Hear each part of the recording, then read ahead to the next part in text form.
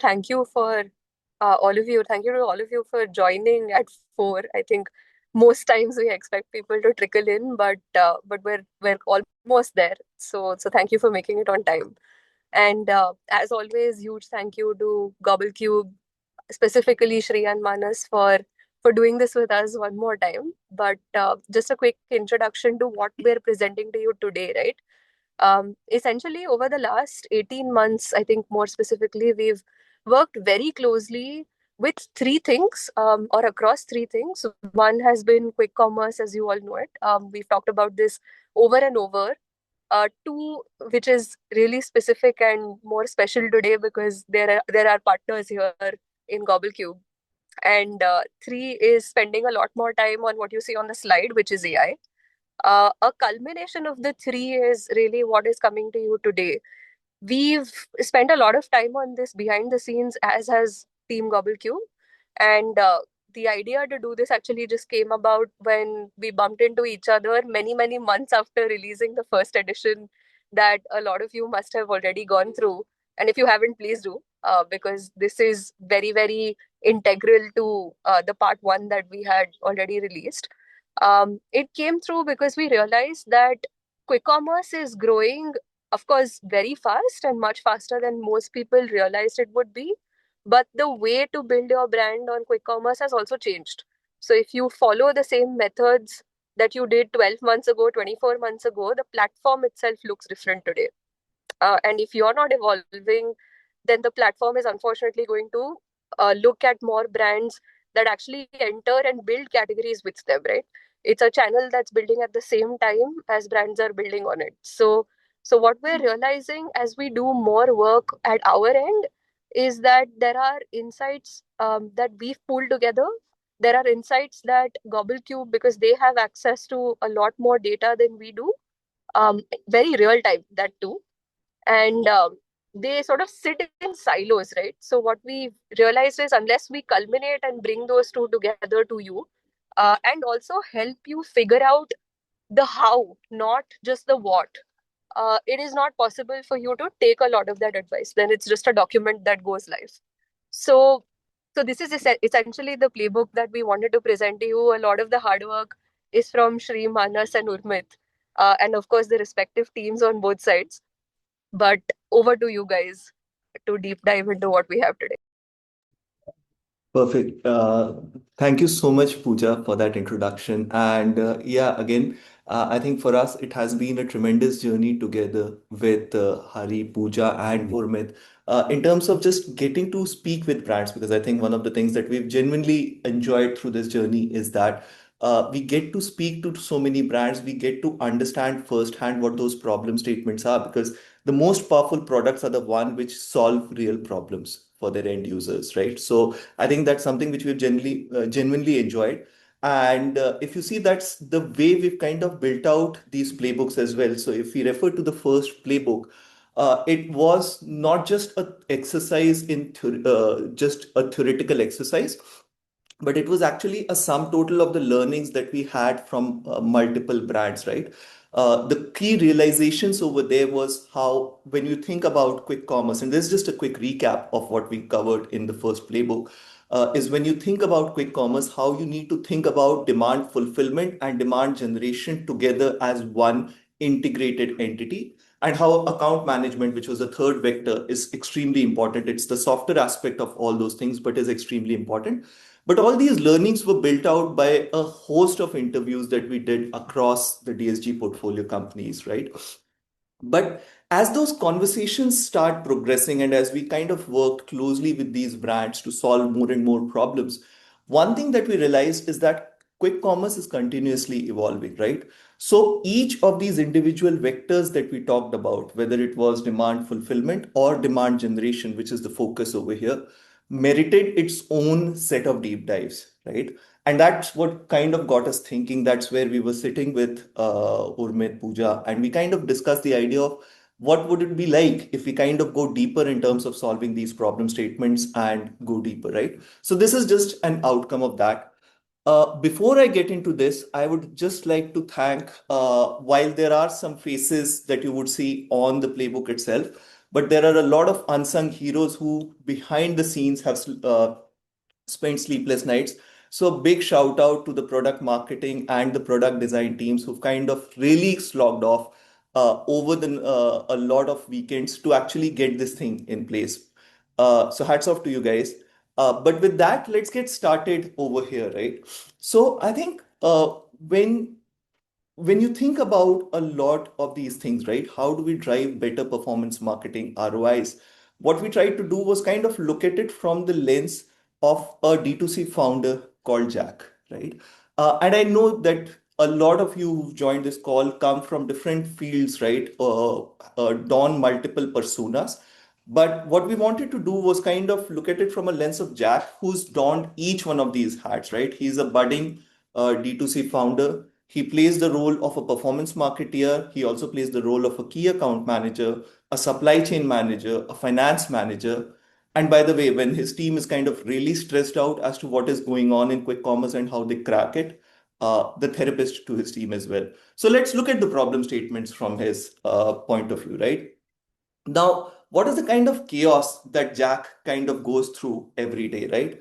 Well, he goes through issues like, oh, my CPMs are continuously kind of going up, my ROASes are tanking, the stockouts are happening, budgets are overrunning, and there is a unpredictability at a city level where I can barely kind of run pan India campaigns, right? Because fundamentally, Q-commerce is changing every hour, but I, as Jack, have only two hats, right? What all can I do to kind of understand what is going on, minimize the number of mistakes that I make, and actually kind of drive revenue, right?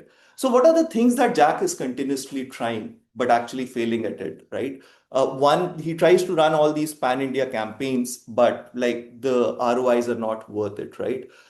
He's continuously kind of going out of budget. He's waking up in the nights. He's kind of like continuously stopping whatever he's trying to do to kind of increase the budgets and multiple things, not really kind of playing dividends, right? Then he goes and tries to chase this elusive rank one with the hope that if I come to the rank one position, I'll be able to kind of ace all my products. But again, like the problem that he faces is that it doesn't come cheap, right? So you can get to rank one, but then you probably go out of stock within a couple of hours. So what does he do next? Well, he tries day parting, right? Because that seems to be kind of that magic wand that will solve all his problems. He tries to do that. Uh, but nothing is kind of like everything kind of shows these sparks here and there, but nothing's kind of perfectly working out, right? So, what exactly does Jack do in this, right? And what exactly is going wrong? Why he's not able to ace it? Well, the core realization over there is the fact that the only constant in quick commerce is actually change, right? Your algorithms are continuously shifting. Your competition dynamics is at play, right? Cities behave very, very differently and not in a one size fits all criteria, right? For every kind of product, every city can have a different nuance to it, right? There are new marketing assets which are continuously being introduced by platforms every single day. And that's the level of complexity that Jack has to deal with to actually make things work, right? Of course, reiterating the fact that quick commerce, no two cities behave the same, right? One thing which is premium in one of the metros might be just value in another, right? And you need to kind of understand these nuances. And there are no heuristics over here at play which can help you do that. So I think these are kind of some of the problems that they face, right? If we think of them in terms of the myths, and a lot of times, let me take a moment to say, like, explain what this is, right? So when you talk about myths, right, a lot of times we have certain assumptions or hypotheses which we mistake for facts, right? And we say, here, day parting as a fact works, right? If I have limited budgets, day parting will work, right?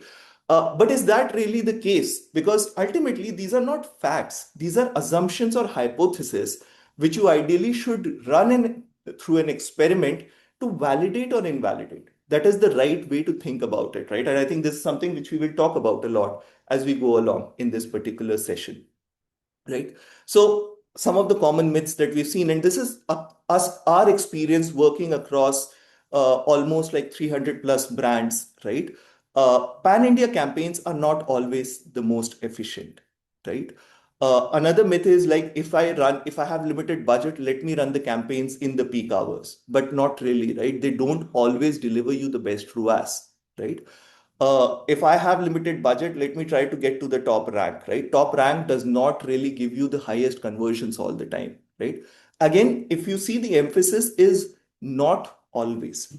At some times it might, at some times it might not, right? The more important thing is how, as a brand, you're able to figure out what is working and what is not working, right? Because the most important thing is QComm is defining its own playbook, and we need to be fast and agile in terms of figuring those things out.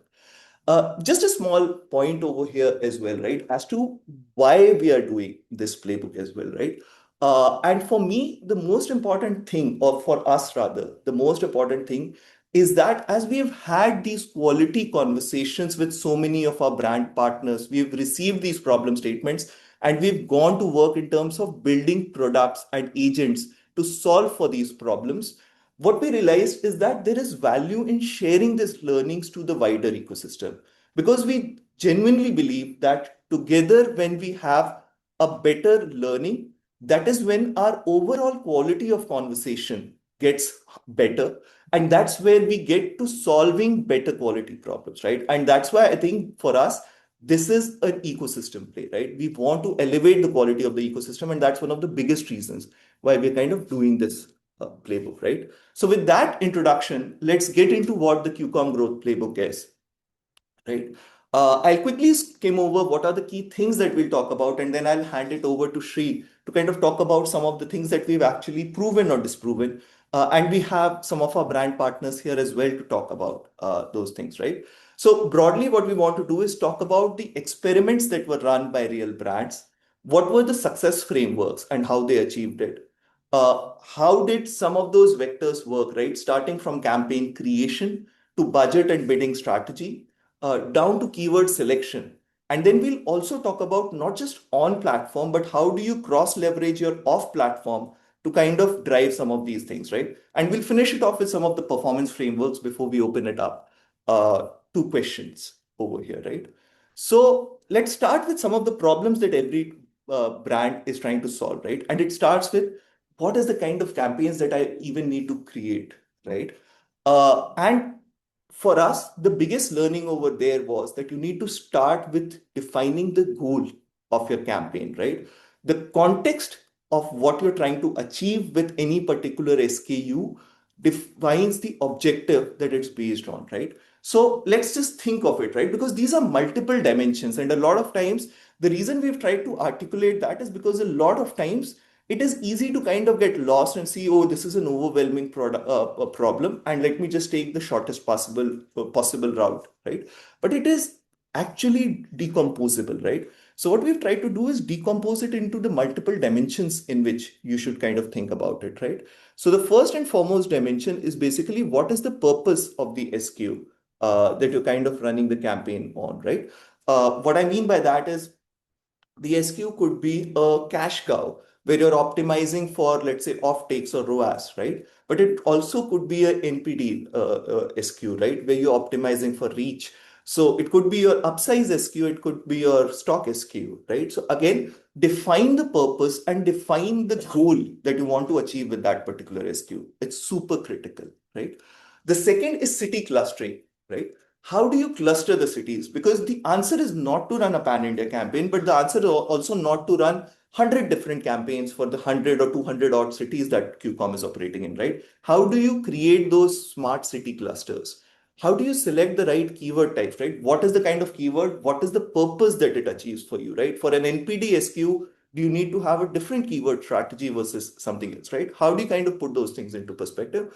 What is the time slots? And again, we'll get into each of these examples as we go along, but I just wanted to kind of summarize so that we kind of have an anchored chain of thought, right?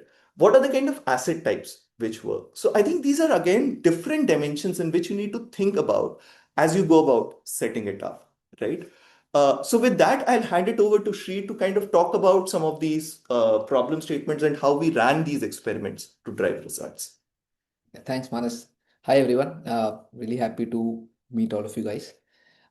So I think, like Manas was discussing in the previous slide, like there are so many dimensions on which you need to cluster and create campaigns. Here, I'll just take one example, which, let's say, city itself, right? Of course, the easiest way you can look at clustering cities is by geographical segmentation, north, east, west, south, right? But we've seen that's not what really works, right? You need to cluster city by behavior, right? What do we mean by behavior, right? We mean that there are multiple, uh, like a city, you should look at what is your right to win in a city, right? What is the brand love you already enjoy? Maybe what's the market share you already have, right? That needs to be one input into when you're deciding what the city cluster needs to be, right? What is the consumption pattern or what is the consumer behavior that the city showcases, right? What are your operational efficiencies or capabilities in that city, right? What is the availability you can drive? What is the replenishment you can achieve in that city, right? So it's basis this how you need to cluster your cities, right? Uh, of course, and just to highlight this point better, right, and just to give you what a real life example of how this played out, right? So one of our brand partners, this is the experiment which was done. Of course, the hypothesis that we wanted to test was like pan India campaign should be good enough, right? Why do we need to complicate thing with city splits, which is the first assumption that people start with, right? And what we did along with them was first of all was to set up experiments where we broke the campaigns at a city cluster level, we broke it by city, by SKUs, and of course by keywords. So we were able to do, like, instead of, we were able to run multiple campaigns and multiple experiments, right? And what is it that we observed? What we observed was, of course, uh, there was a massive variance in terms of how each city SKU combination behaves. In fact, city SKU keyword combination behaves, right? And by looking at those numbers and then reallocating your budgets, we were able to deliver like a 70%, 50 to 70% improvement in ROAS, right? As compared to the pan India campaign, right? And this was a hypothesis, this was the observation. The insight was, right, a city first approach isn't like is not even optional, it's mandatory now, right? The goodness that lies, or the variance that lies in terms of performance, warrants that, right? uh, we have here, I'd like to bring in another example, which was done by Go Zero. In fact, Utkarsh from the Go Zero team was supposed to be here, unfortunately couldn't join. So I will take you through I will take you guys through this example, right? So the objective what he wanted to achieve was, like, how do I figure out what flavors of ice creams works across Delhi and Mumbai, and how does it look across time of the day, right? So basically his idea was, okay, I want to test across these four flavors across two cities. I want to figure out, when I'm able to, through multiple campaigns, like, which is the one which is giving me better revenue, how does the ROAS change across these campaigns, right? How does the behavior change across time slot, right? And what were the key observations that he was able to see, right? So, like, what he was, and this is interesting, like, he also found it interesting was, like, there were evergreen flavors, right? Like mango, blueberry, which work well for all day campaigns, right? Whereas there are some flavors, which is like mocha, Belgian, which is more niche, right? Which works better in the evening windows, right? And then hence he was able to decide, like, how do I allocate my budgets across these different flavors, right? And this is the insight that we have, like, in local, uh, like the search behavior, the flavor fatigue, right? Some of the common flavors have a lot of fatigue, like, throughout the day, right? And they play a major role in how QComm and those are the input levers or the dimensions which effectively drive why conversion patterns in QComm, why do they change, and how can you leverage this insight to be able to drive better conversion. Okay, so that's the entire idea. How do you get to understand what those patterns are, right? And how do you leverage it to improve your results, right? Yeah, and this is the interesting part which we came to. All of this sounds very interesting, right? But imagine having to do this manually, right? As Manas first pointed, if you're a one-member team, this sounds very interesting. But the first question is, "मैं करूँगा कैसे?" Like, there is so much to do, right? And that's why, like, and that's the mindset which we had at GobbleCube, and we've created a campaign initialization agent, right? By that, what we want to do is, like, in one click, right? Can we create this entire setup for you? Which is, select your SKUs, what are the SKUs you should put into experiment, what are the keywords you should select, what are the starting bids, budgets, city clusters. So everything, right? At a click of a button, you can do that, and your experimentation starts rolling out, right? Of course, and then you learn from that and continuously optimize. So that is where we thought we could add value and make it easy for you guys, right? Uh, yeah. So that's the first part which we wanted to touch upon. The second, of course, the second question which is most commonly asked or the most commonly experienced by founders is, yeah, what should my budgeting and bidding strategy be, right? Uh, so yeah, so here we try to put together like what are the approaches. The first two approaches is what we saw most commonly, right? One was let's look at front loading my budgets, which is okay. I intuitively know which are the time slots at which my SKU or my product type should sell. Let me put heavier budgets there, right? Or the other approach was, hey, I just want to put uniform budgets across all slots and hours, right? Uh, but in reality, what we found out, like it's a mix of these two that actually works, right? And why is that the case, right? What we have, when we went slightly deeper into it and we realized, like there are two aspects to it. One is the customer behavior, right? Which is how is the customer shopping for a keyword? How much is he scrolling for? What is he expecting when he searches a keyword, right? What is the intent that it shows? And second, there is the advertiser behavior, right? Like what is the competition intensity that is there, right? How many competition at any point in time? What are the number of SKUs that are available for that category? Number of brands? How aggressive is each competition going for that slot, right? So what the mix of these two really what it becomes is that your conversion and your like your ability to garner impressions by slots they vary, right? It is not one answer which fits all. Go for the top slot, it gives you better returns, right? Or go for the second scroll that gives you better returns. It really changes by the hour actually, depending on what is the competition behavior that's out there and what is the customer behavior. Hence you need hybrid pacing, which is self-learning and which can actually incorporate all these realities when it's trying to allocate budgets, right? Now the first part is okay. First part is okay. How do I've done my budget allocation. Let's say I'm smartly doing it, right? Which is hybrid pacing. But once I've decided, okay, this is the budget, this for every slot, this is the ad rank this is the rank that I want to go after. This is what I want to target. There are two ways. A, you do a static bidding, which is like I just fixed bid bits for like across slots or hours, right? The other thing that we have figured out that you really need to be smart in terms of how you bid, right? This is the first auction, first price auction, right? So whatever, like most platforms, some of the platforms, first price auction. So whatever you bid, the highest bidder, you have to pay that amount of money for that slot, right? So how are you smarter around like how do you want to be like starting your bids and how do you need to keep changing it continuously to win in that? So how are you most efficient in doing that, right? So both these factors become important, right? Pacing controls when you spend, bidding controls how you compete, right? And you need to be smart at both these things to be able to win this war. Um, so let's again standard like we'll have an experiment. We'll have a real life example here, right? So it was with one of our partner brands who was like, yeah, I'm a breakfast snacking brand, right? So morning slots should work best for me. Very standard, very intuitive, right? But of course, we thought let's try to challenge this hypothesis. Let's try to learn what really happens, right? And that's what we try to do. We split the campaigns by time slot, expecting only minor differences. Here, there's a strong category nuance which exists, so there shouldn't be massive uh, changes we see from what the initial hypothesis is. But we were actually surprised, right? So, in fact, evenings were the ones which delivered lower CPMs because what was happening is like everybody was competing for the morning slot, right? So the cost was so high that even though you were getting like you would get more intent, but the total returns was much lower, right? So there was a lot more better ranks when you went to evenings, right? So what was the insight here? Like a first, of course, not all hours are equal, right? Both from customer and advertiser behavior, right? That's what it tells you. And to be really smart, you need to have a strategy that operates at an hourly level.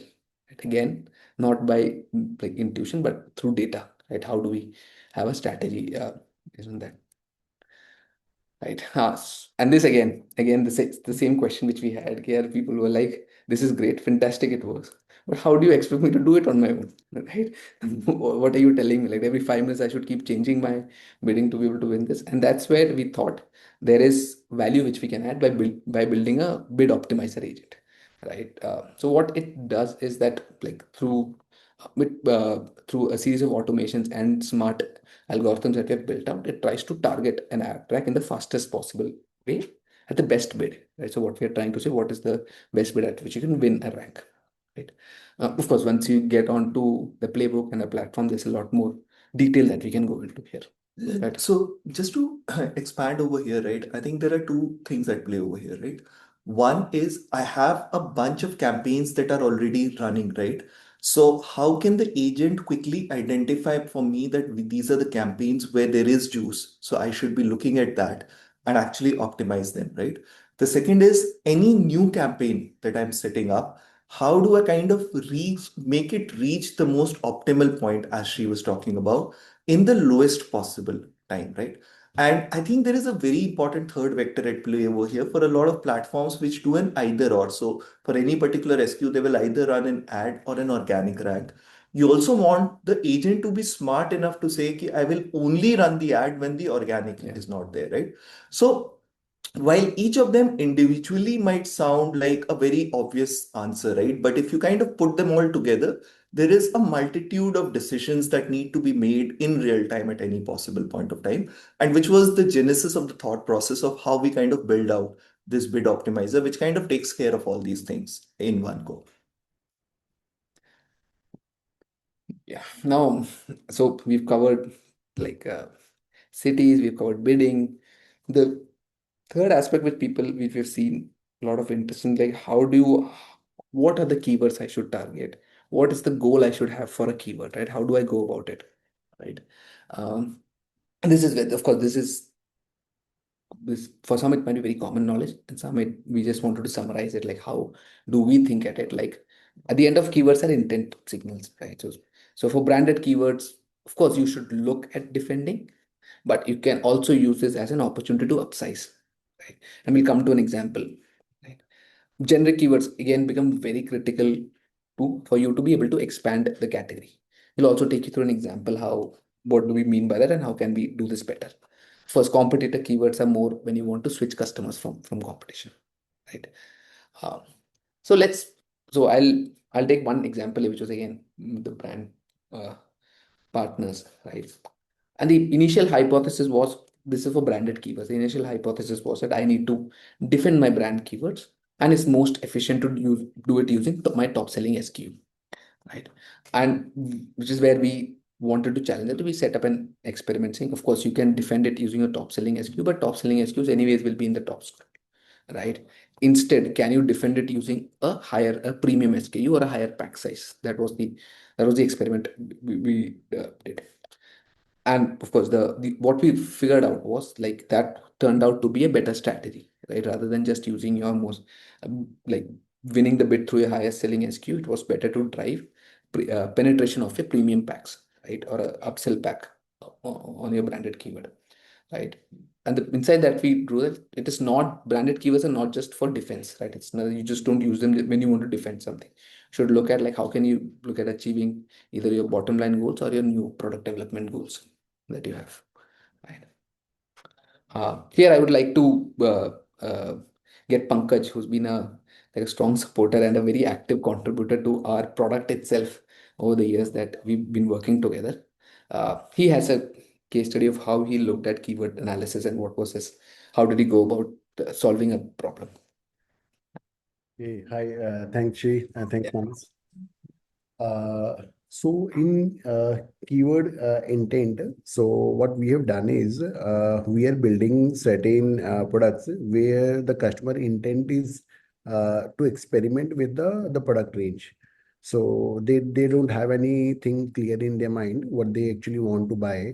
So they come up with a exploration mindset. So earlier, what happens? We were basically building certain mixed dry food category, and we were bidding on the high intent keyword like the basic almond, cashew, raisin, pistachio, walnuts.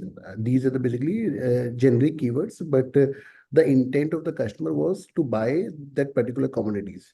So with the help of the Global, we have explored what are the other broad keywords which customers are basically searching and buying these sort of similar product. So we have found dry fruit is one of the keyword where the customer are buying similar the basically mixes. So we have tried and started bidding on the dry fruit keyword, and since we had multiple SKUs which falls under this dry fruit category, so we have started bidding on each and every SKUs.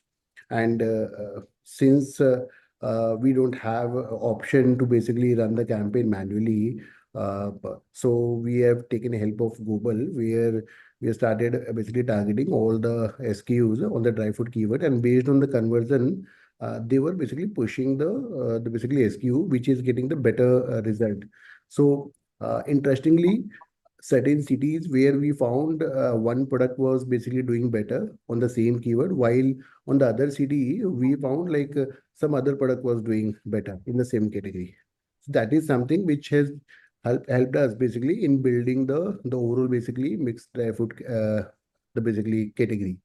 So sometimes there is a problem, but manually, since the most of the platform don't provide you that access or the basically solution to run the campaigns on also the manually, it is not possible to run the campaign on each and every SKU for the same keyword. But with the help of the AI, we have found the solution, and this is really working well for us. Thank you. Thanks a lot. Thanks a lot. Thank you, for Pankaj. thank you, Pankaj, for genuinely sharing the learnings with everyone. Thank you so much.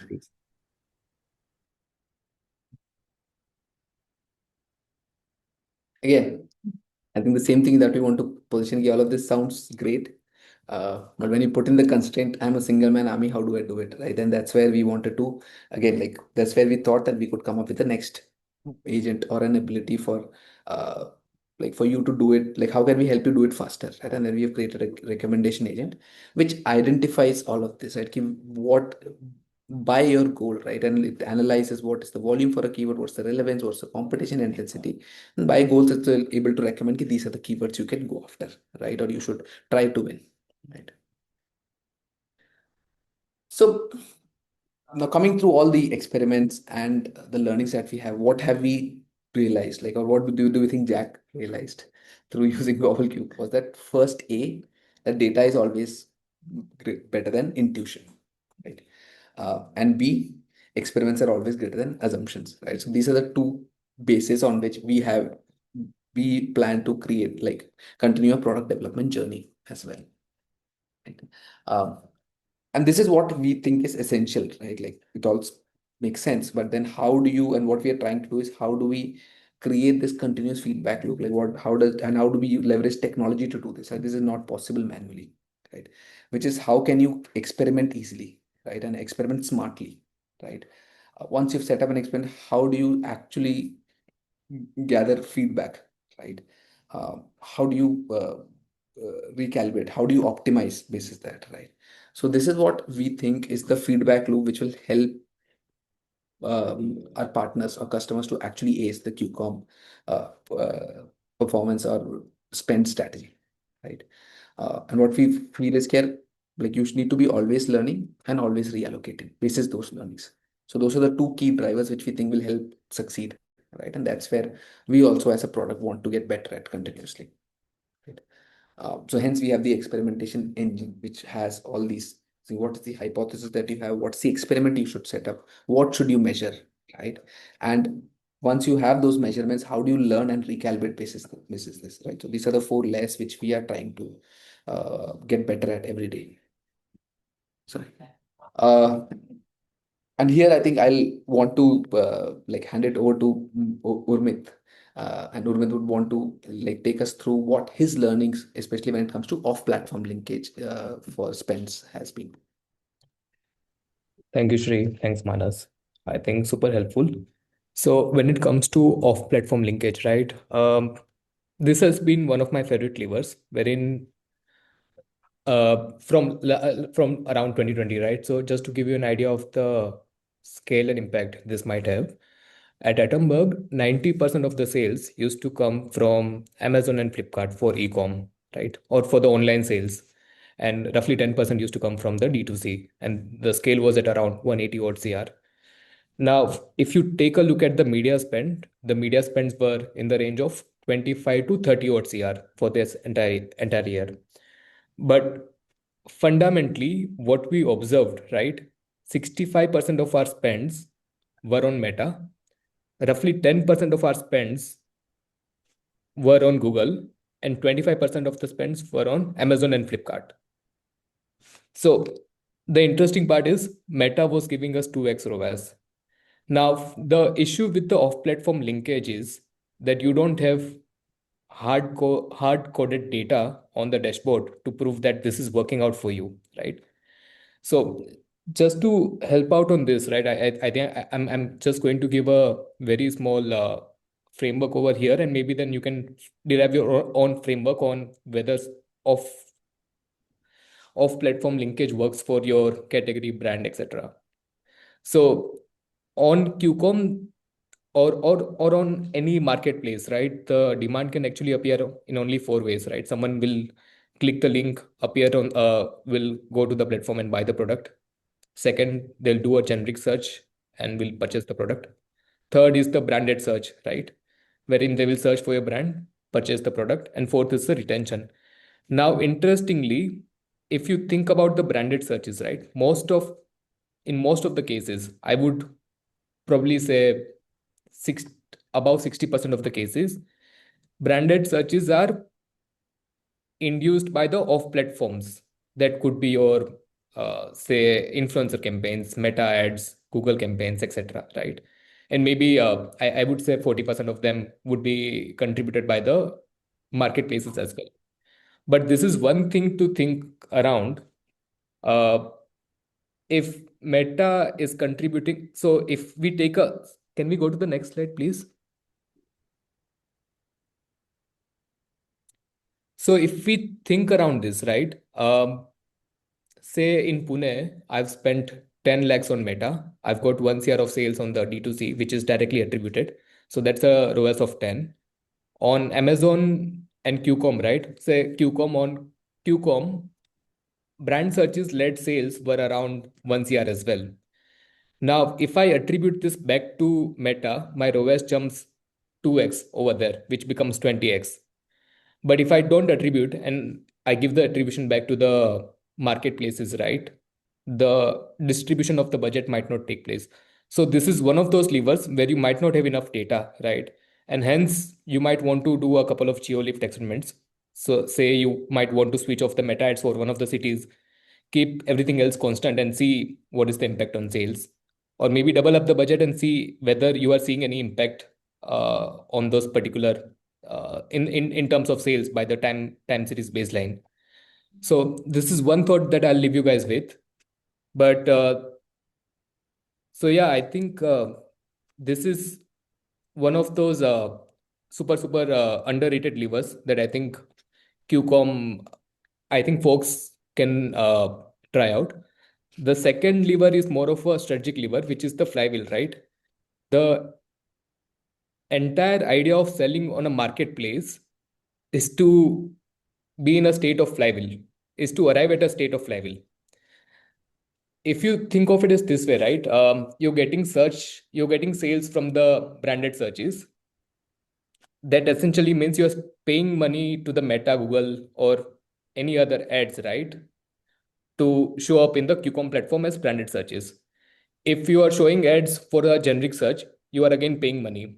But if the platform starts showing the product on a generic keyword without ads, right, that is the state we would want to be in, which is the sales rising from organic but non-branded keywords. And if you reach this state, right, this is where your CM2 finally shoots up. In all other cases, your CM2 is going to take a hit.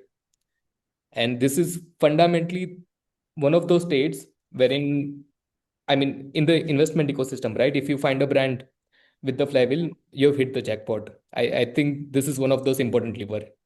So would definitely measure the organic non-branded sales on a monthly basis. See how can my products keep on reaching over here, right? Because if you are able to get to this state, over a period of time, you will see that your CM2 will drop down significantly. And Flywheel is a function of PMF by city, as Shri and Manas mentioned. It's a function of the ratings, user experience, a lot of things, right? And in QComm specifically, the assortment and the formats are going to be refined for a lot of subcategories. So a lot of innovation and room over here for the Flywheel to be figured out. I'll hand it over to Dipesh. I think there's a case study on how he has used off-platform linkage for driving the ROI. Right. Hi, Rohit. Hi, guys. Uh, Thank you for this opportunity. So, in fact, we have been seeing, in fact, exponential growth in quick commerce. In fact, we have got 3x better visibility ROI and more or less month-on-month 30-40% sales increment, right? And that's something like, as we were discussing, it is because of the small twist and turn tricks that we have been trying on quick commerce that actually worked well for us. The Going with the content, in fact, we have tried meta ads which have been actually driving traffic to our product pages, right? So the best benefit on e-commerce is something like they usually share the customer data, right? Audience with us, in which we can actually push the ads to their customer audience, which actually results in the higher conversions. So we have been trying to do that from last, in fact, 2 to 3 months, and that has actually worked well for us. The ROAS has actually gone into 3, 4, like 6 to 7 ROAS. That's something we are getting from them. In fact, we have been customizing the meta ads. When we push those customer audience, we have been trying to say relevant communication to the relevant customers. For example, we were knowing that Swiggy and Zepto has actually removed the handling and delivery charges recently, right? So, in fact, we have actually pushed that communication for meta ads to drive the traffic and increase the conversion. So that has actually worked well, really worked well for us. In fact, on through meta ads also, we have been working very closely for geo targeting. GC, well, in fact, GC always gives the data to which city is actually working well, which is category share. We know that it's because we are into hair and face category. So we understand that shampoo is one of the biggest category. So we can able to sense, okay, this category is so big and which cities actually has that contribution. So we try to ensure to whatever meta ads we run, it on a geo focus campaign, which actually gives a better, in fact, hold on the campaigns as per the availability and the consumption trend. So we try to ensure that whatever campaigns we run, it is actually working well for us. Right. We also started a day parted in with Sugi, right? That actually started working well for us. Not only this thing, in fact, we have tried to, in fact, been into on the communications with category managers to understand which is a high impact banner placement that we can get. So on quick commerce, we have seen that from the time from 7 p.m. to 9 p.m. is one of the time where actually the traffic is the highest. Right. So we try to get some good banners out there so that we can capture that movement and we can have the same whatever ads, meta ads, or whatever external traffic we are diverting to the platform. It actually gets connected. The customer gets connected with the same thing. And not only this thing, so we always ensure that my payday sale, my festive sale, my weekend sale don't get missed. This is actually when the customer look out, open the quick commerce platform, search for some bundles, combos, some various deals, and that's the right time then we push our slow movers products or any product that actually launched recently at that moment of time. So that actually worked really well for us. Apart from that, we have been in fact tried a 1 day deal system like DOTDs, right, with Swiggy. That actually worked well. Even on Blinkit we do that, which actually gets a day impact or a week impact, which actually gives a very good impact on the sales. So this is something small things had actually worked well for us, and that's the reason that in fact overall with the data what we get from GC and the initiative that we take on maybe on the meta ads, maybe on the on platform ads, right? We ensure that we combine both things and get all things combined and get the sales up. That's the overall way. So Perfect. Thank you so much, Dipesh. Yeah. It's just wonderful working with you and the team to kind of drive some of these things. But thank you so much for sharing it with Thank everyone. you. Thank you so much. so a lot of questions. I see one question asking on the data, right? Maybe you might not have hard-coded data for all the experiments. The idea is to eyeball it. So even 3 years back, right? If Meta is giving the ROI on, say, Amazon or Flipkart, right? You get to know this from the branded sales, right? You have the data from the paid ads. How many of the sales are from the branded keywords? How many of the sales are from the non-branded? Extrapolate the data to uh, the organic segment, and you have what is the sales via the entire branded segment, and maybe 70% of that can be attributed back to the Meta, Google, or the outside of the platforms. But the idea is not to limit yourself with the hard-coded data and keep on running experiments. And in quick commerce, possibly at the city level, right? Because that's one thing that I would definitely would want to stress upon. So again, the next thing that we would want to cover is on the JBP side of things.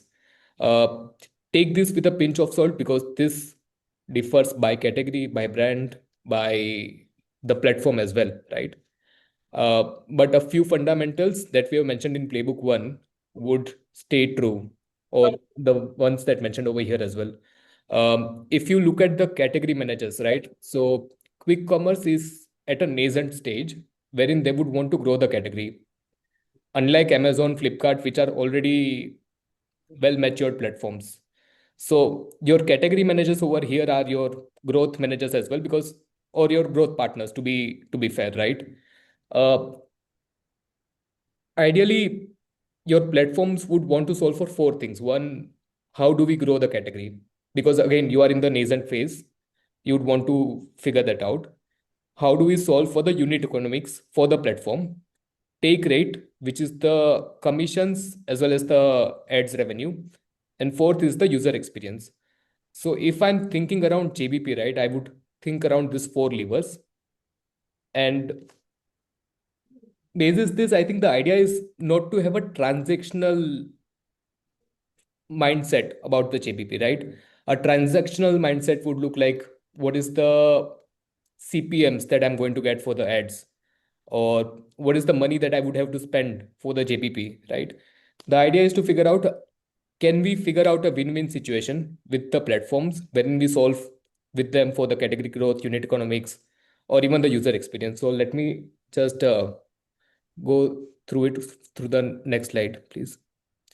Now, if we look at the pillar one, right, again, take it with a pinch of salt, and this will change from model to from brand to brand or from category to category.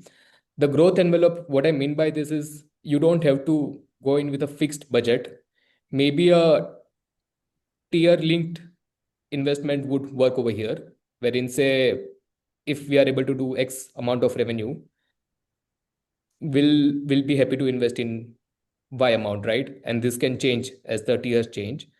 The second is operational excellence. Again, given that the platforms are developing at blitzscale speed, can we figure out how do we ensure that the fill rates are good, the returns are good, MOQs, etc. And whatever savings you are doing over there, can we figure out how can we reinvest those savings back to the platform, right? Because essentially you would want to solve for them as well. And the last part is building the category.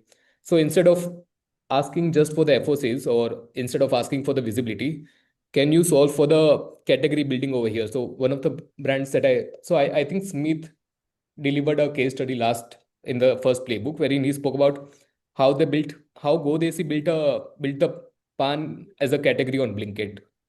I think this is how we would want to think about it, because again, nascent stage, you would want to build the categories and not just the brand. So a lot of opportunities open up over here. So I think that concludes everything from my side. Manas, over to you. Perfect. Thank you so much, Urmit, for taking us through that and all the experiences that you've had in the past. So thank you for sharing that. Guys, I think with that, just a small piece, right? I think, and think of this as just a teaser for the next part, right? But I think where you can really make a killer combination is when you sync up your supply chain with your marketing campaigns, right? Going back to what we originally talked about, that demand fulfillment and demand generation need to be thought together as interdependent, right? Because Q-commerce is volatile. And when these two things are operating in perfect harmony is when you drive real growth. So I think this is something which we'll work on and come back with another, but this is a conversation for another day. For now, I think you can use this QR code to kind of download the playbook. You can also go to either of our websites, the DSG website or the GobbleCube website, to download the playbook. And I think if you want any sort of demo or anything, we will reach out to you by tomorrow on email. But yeah, you can drop me an email or Shri an email. I'm at manas@gobblecube.ai. So you just drop us an email. Happy to have a chat. Happy to see how we can work together and solve some of these problems. But with that, I think let's move over to the questions. So yeah, I think we have a few there already. But let's get started. Any questions that you have, very happy to answer them over here. So I think the first question is basically, do you get PMF metrics at SKU cross city level combinations to achieve the flywheel? Yes, of course, right? Because I think while a lot of the metrics are actually done at a campaign level, but what we've done is we've kind of built out a lot of algorithms to kind of attribute it at an SKU cross city level, which gives the brands a much better view in terms of how they're kind of performing across these different dimensions. Again, the idea over here is not to just overload you with data, but also give you answers. The optimizers that we're talking about are the ones which kind of give you these answers to kind of see where the anomalies are rather than just kind of getting drowned in that sea of data. So I think the short answer is yes. I think the next question over here was, can you help us on how you're running the meta campaigns with the QComm audience? I think the short answer there is this is something where we are working towards. It's not a solved problem as of yet. But yeah, I mean, if this is something which is relevant to you, we would love to have a conversation and see how we can kind of define that problem statement and solve for it, right? Because I think, again, going back to where we originally started, it boils down to the quality of the problem defines the quality of the product. That's the mindset with which we want to kind Do of you approach think this. Dipesh can take a stab at this question because he's running Absolutely. the meta ads as well? Dipesh, any pointers on this if you're there? No, in this case, you have to connect with the category manager or marketing manager there. So they usually share the audience, right? So how this actually works is like we have to check category level audience size with them. They share the audience size with our meta, and we push as what we do for our website and other things. So meta ads works very similarly as what we do on the website also, right? The only thing is that we use their audience, which have already have their apps, right? For example, for Swiggy, they will share the data which the customer already having the Swiggy app on their phones, right? So that's actually the audience because the base of this push is basically from their audience only, right? So in this case, you have to actually get in touch with the marketing team there, and once they share the audience on your in fact in fact Facebook panel, so you can start pushing as what you do on your website, Super. but the pattern and remain the same. The only thing is that you get a audience in the intent audience of that category. Super. So just to summarize, I think the term over here is meta collaborative ads. You can check out this category along with your category managers as well as the meta team. Activate or get this whitelisted, and using this third-party audiences from Swiggy or even the partners, right? Zepto, Blinkit, or any other QComm partners, and figure out this campaign over there. And from my side, I think eyeballing would work as well, but I think the product is meta collaborative ads. Absolutely. So I think the next question is from Anil, which is around city level campaigns and why do they matter if there are more than 150 cities, and especially if there is no inventory, there is no spend. You're right on that front, Anil. If there is no inventory, there is no spend. But the idea is not to kind of just hold off for that, right? If you have low inventory, do you want to run an ad campaign? That's the bigger question, right? Or the fact that if there are different cities which have different right to wins from your side, right? And what we mean by that is maybe in one city you are the leader, while another you're a challenger. Your strategies will be different, right? And those different strategies will have a very different kind of campaign structure attached to it. And that I think is the whole point of actually running city level campaigns. So I think that's the way kind of we think about this. Uh, I think the next question is the presentation. You can reach out to our team and we can have a discussion and we can kind of like solve it over there. How do you plan for discounts versus ad budgets to maintain CM2? Category pushes for deep discounts and we end up spending on ads as well. It's a very, very relevant question. And I think this is where think of everything as a signal to your marketing strategy, right? What you are discounting is a signal to your marketing strategy, but what your competition is discounting is also a signal to your marketing strategy, right? What is your availability is a signal, but what is your competition availability is a signal, right? And ultimately, the point over here is how can we synthesize all these signals to say where is the time to go aggressive, when is the time to actually step back, right? I think that's how we need to think about it. Again, not an easy problem, easier said than done. But it is great because I think the question itself comes with the acknowledgement that there is that sensitivity. How we kind of solve for that is what, like, we believe experimentation is the way to go about that.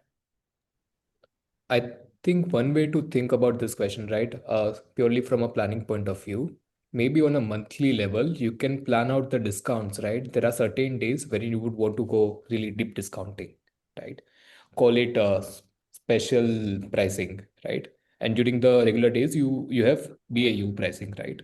So figure out what is the percentage of inventory that you would want to liquidate for the special discounting or special pricing, and maybe maintain this metric over a period of time. And maybe over a period of time, you'll even realize that even if you discount, your sales is not increasing, right? Or maybe even while increasing the price, your sales remain the same. That means your brand equity or the brand strength with respect to the pricing is very strong. So these are a couple of things to think around and actively solve for. I think we have seen this with our brands. This we have seen this with our brand, and we usually try to solve for this in the long term. But this is how, maybe this is one of the ways to think around this from a very high level. Absolutely. So I think the next question is from Siddhant, which is, can we capture CPM sensitivity at a keyword level to reach different ad positions through the current month and potentially for the coming month for a potential budget assessment? Absolutely, Siddhant. I think that's one of the most important problems that we try to solve through faster experimentation, right? Because what it does, it helps you understand a lot of these sensitivities, right? It is rank versus slot sensitivity, rank versus conversion sensitivities, because these are all sensitivities that you need to be on top of to actually optimize rank versus CPM sensitivities, right? I think these are all the dimensions in which you need to kind of think about, not even exhaustive, to kind of establish what are those optimal points, what are those patterns, and then kind of do a budget forecasting, but also make sure that you're not overspending when you're running those campaigns. So again, that is one of the most important objectives when you're running those experimentations, and that's how the reallocation logics or the reallocation budget reallocation agents operate, right? uh, I think the next question is how can GC help us in understanding various city audiences and their preferences? I think again it is through running these micro experiments, right? Because I don't want to take a pre-facto view on here, okay, this city consumes X more and that city consumes Y more, while there might be, as I said, right, we think of these as facts when actually they are assumptions. Why don't we set those up as a hypothesis and actually run the test to validate or invalidate it, right? And then it kind of gives us a much better picture to kind of do the reallocation, is how we think about it, right? Uh, I think there is another question, which is, can we get a keyword list of specific QComm platform based on volume and other details, similar to the movers and shakers from Amazon Pie? Yeah, I think some of these platforms already do share a lot of this information through the ads portal.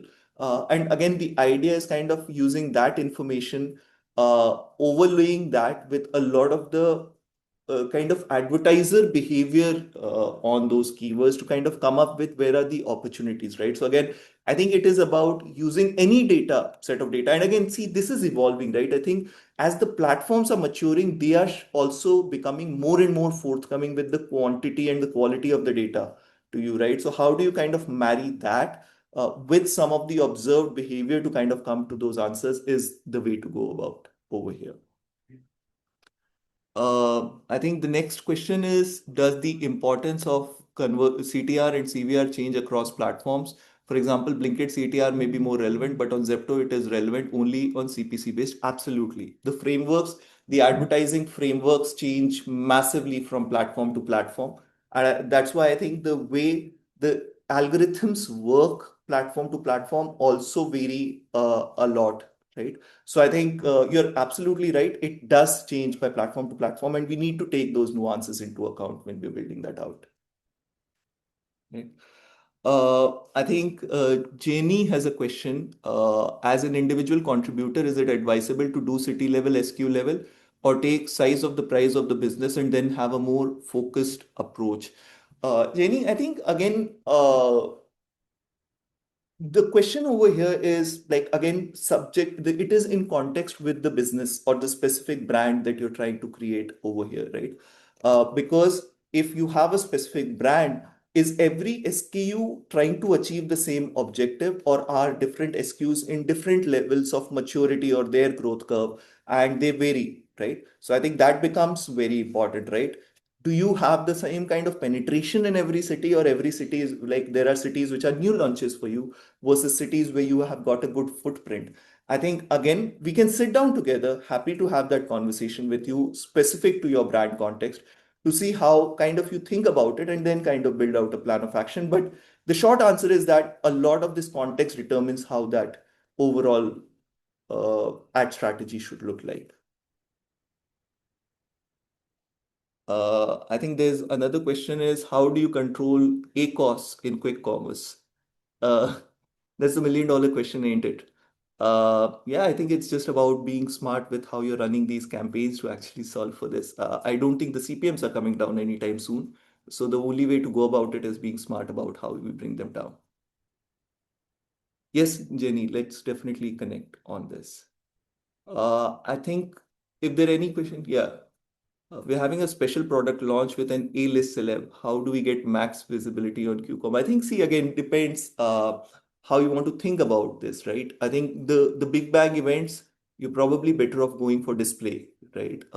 Visibility, which will give you that much better visibility. So, like if you remember, one of the vectors over there was also the marketing asset types, right? I think again, depending on the context, you should be able to decide, or we can sit down together and decide what is the right asset to kind of gun for, and then kind of take it from there.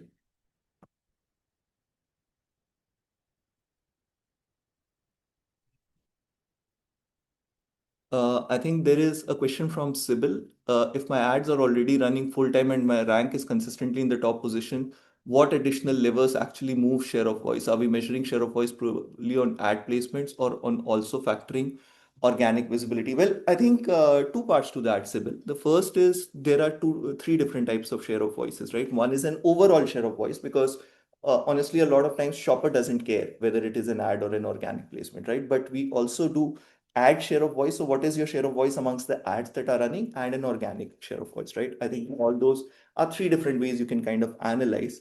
But I think again, when you think about share of voice, right, you can think of a keyword share of voice, but you can also think a category share of voice, right? And when you think of a category share of voice, it's a sum total of multiple keywords across which you're running, right? I think it's a perfect situation that you are in where you're able to run it the whole day with the top position and still not run out of budgets. Honestly, like great job done over there. But again, are there more keywords which drive impressions on the kind of category that you're in, right? I think keyword selection becomes a big play over there, which we can kind of go deeper into.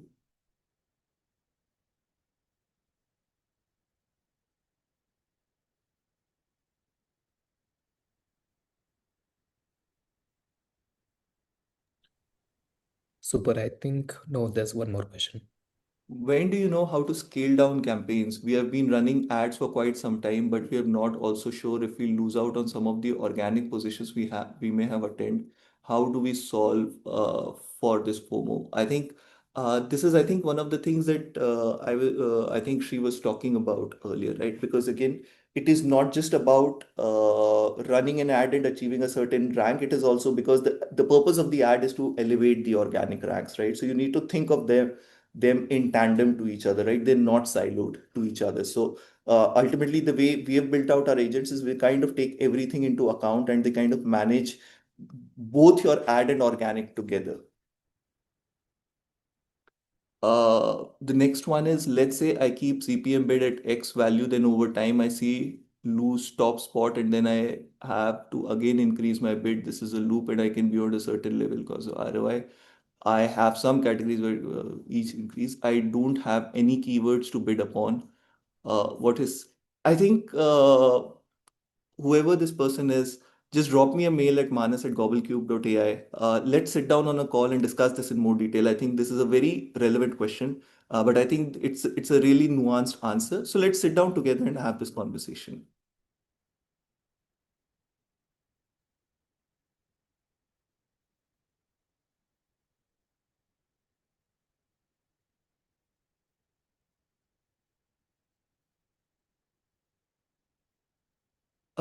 Cool. I think, are there any other questions? Happy to answer them. Otherwise, we can. Uh, I would just want to thank every one of you for your time, for patiently coming in and listening to us. Again, you can download the playbook. While we've covered some of the points in the presentation, there you'll find a host of more details in the playbook itself. So would love for you to go through that. Reach out to us if you have any questions. And again, thank you so much for coming. All right. Thanks a lot. Bye bye. Bye.